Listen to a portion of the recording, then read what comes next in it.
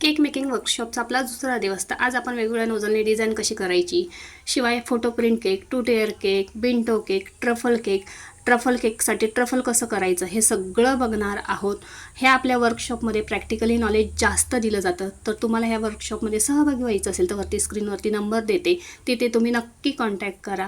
आणि शेवटी स्टुडंटने मस्त असे रिव्ह्यूसुद्धा दिलेले, फक्त त्यांनी सांगितलं चेहरे दाखवू नका. या 2 दिवसा प्रशिक्षणमध्ये आम्हाला त्यांनी एक लहान मूल कसं शिकवतं त्याप्रमाणे आम्हाला शिकवलंही आणि आमच्याकडून ते करून घेतलंही. हे एक मस्त वाटलं. आणि त्यांचं असं म्हणणं आहे की अजून जर तुम्हाला काही याच्यामध्ये प्रॉब्लेम असेल तर तुम्ही आम्हाला कॉल करा किंवा काही प्रश्न विचारा. हे असं शक्य कधी होत नाही की प्रशिक्षण म्हणून की मला परत विचारा तुम्ही म्हणून, पण या मॅडम सांगतायत की परत तुम्ही काय प्रॉब्लेम असेल विचारा.